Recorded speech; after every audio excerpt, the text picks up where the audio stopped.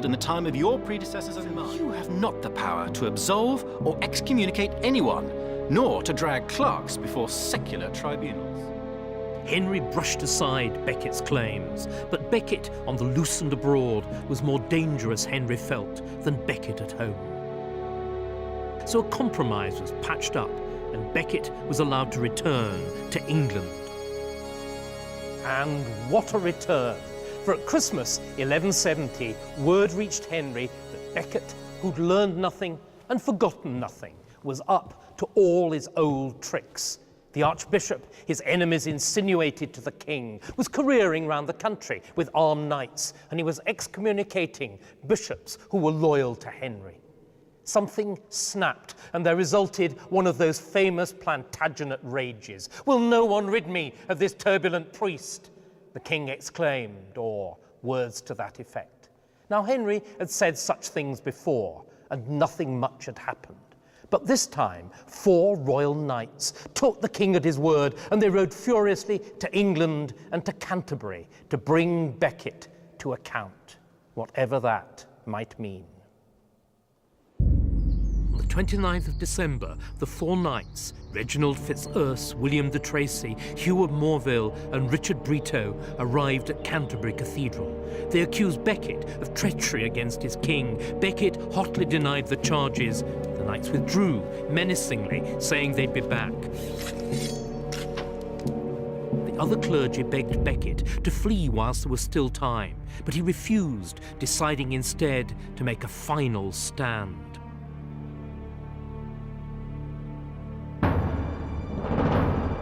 The knights came back with drawn swords.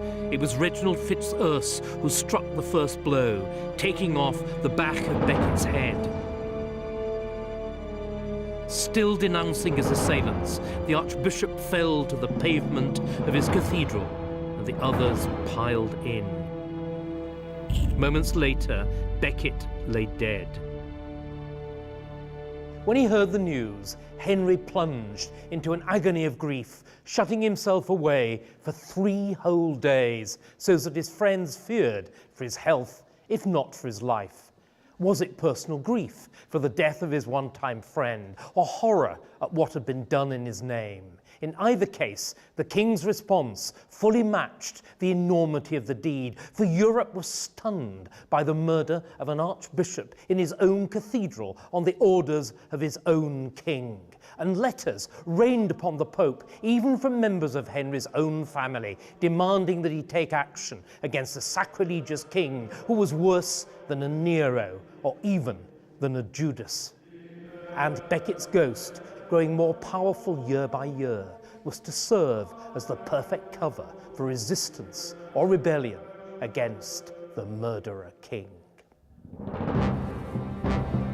The result was that, as Henry feared, the problems of the church and the succession came together and threatened to overwhelm him.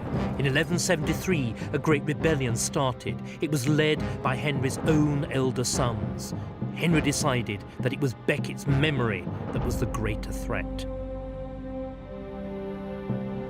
He would exorcise it with a single grand gesture of self-abasement.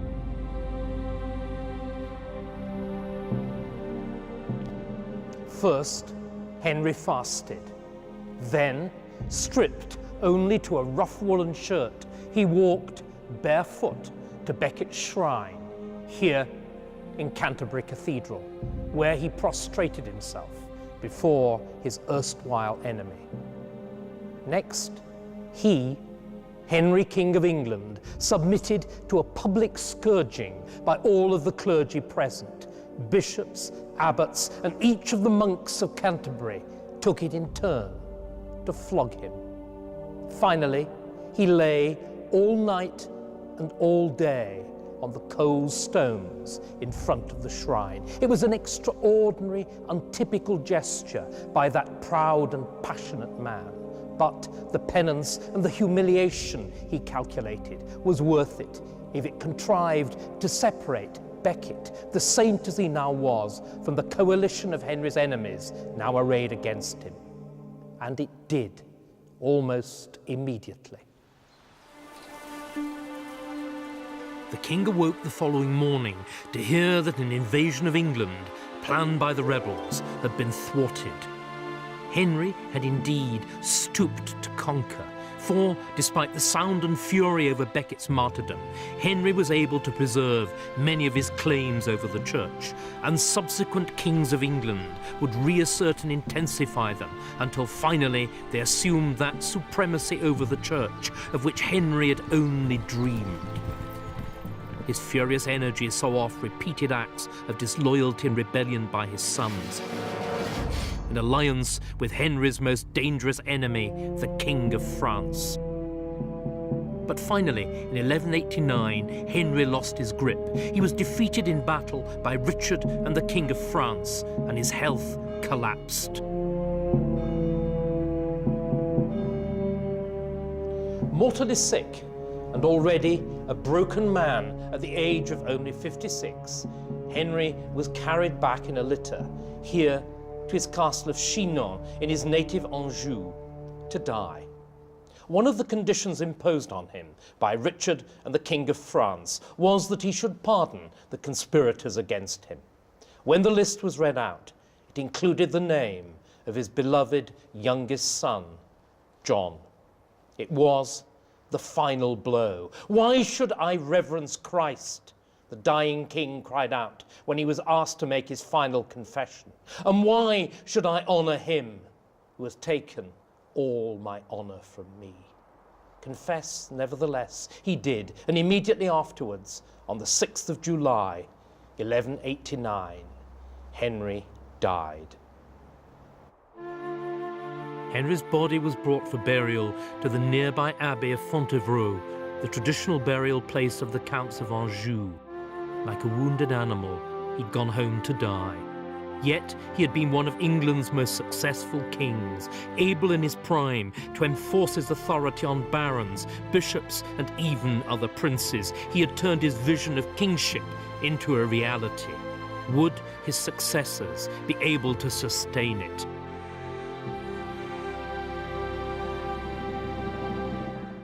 Alongside the tomb of Henry II, here in the Abbey of Fontevraud in Anjou, lies this one, of his son and eventual heir, Richard. Richard ruled the family empire for almost 10 years until he was mortally wounded in a siege here in France. But during all that time, Richard spent only 6 months in England. Instead, he used England merely to bankroll his adventures elsewhere, above all on crusade in the Holy Land. These adventures won Richard a golden reputation and the name Coeur de Lion, Lionheart. He would be a hard act to follow, especially as England had got used to an absentee king, and especially as his heir was his younger brother, John. "My brother John," Richard sneered, "is not man enough to conquer a country if there is anyone to offer even the feeblest resistance." So John was no mighty warrior like his father Henry II, nor a charismatic leader of men like his brother Richard Coeur de Lion. Still worse, there was an unfortunate streak of mistrustfulness, even paranoia, in his character. On the other hand, he was unusually interested in the mechanics of government, which he pursued with an often obsessive interest. There is no more contrary breed than professional historians. For John's contemporaries, and for most succeeding generations of historians, John was the very model of a bad king. But now, a new generation of historians has come along who argue, on the contrary, that John was a good thing, or at any rate, a good administrator. And indeed, it's true that his reign sees the start of the great parchment rolls which record the government's correspondence and which form the essential basis for scholarly history. But to praise John for being a royal filing clerk is historians looking after their own with a vengeance. For John's obsession with record keeping was a sign not of strength, but of weakness. He was so keen on documentation because he was so mistrustful of his subjects, and his subjects in turn distrusted a king who was nitpicking and always eager to revive an old, outdated royal imposition and to invent a new one. The result was tax, tax, and more tax. And what made things worse was the fact that John had the misfortune to confront the most effective king of France for generations, Philip Augustus. By 1204, John had been shorn of a third of his territories, including his ancestral lands of Normandy, Anjou, and Brittany. For the first time since the Norman conquest, the King of England was that and little more. In an attempt to recover his position, John decided to follow in his father's footsteps by striking at the power of the church. But once again, he had the misfortune to encounter one of the greatest medieval popes, Innocent III.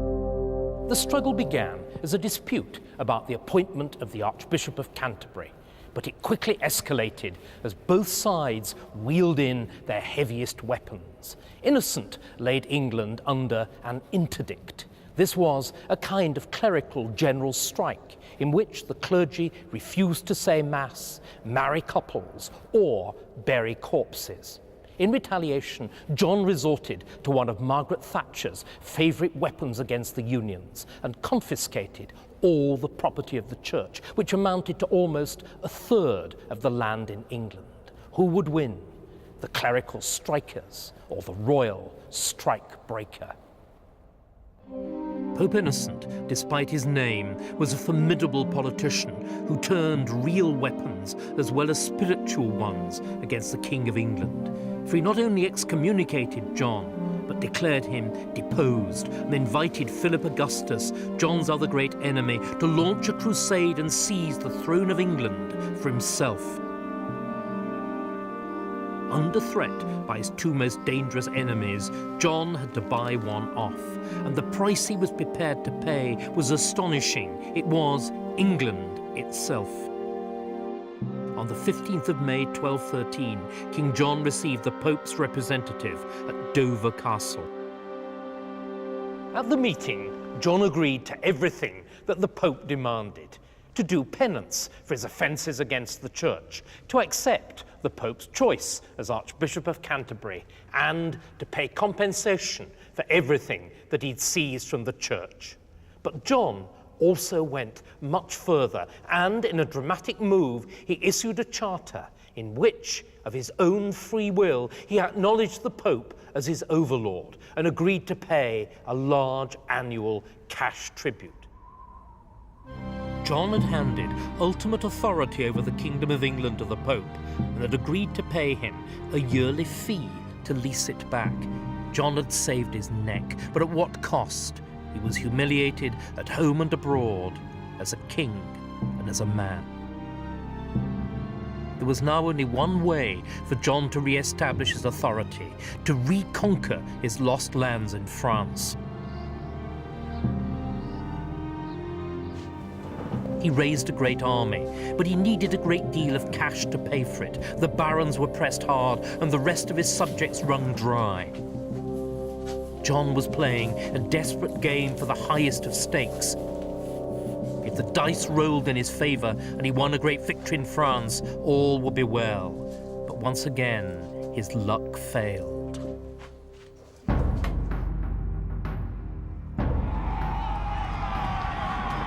On the 27th of July 1214, the English and French armies met at Bouvines in Flanders. At first, the English seemed victorious, and Philip himself was thrown from his horse. But the French struck back and overwhelmed the English. Paris rejoiced, but in England, John faced mutiny. The barons sank their own differences and presented a united front against the king. Never again, they decided, would a king be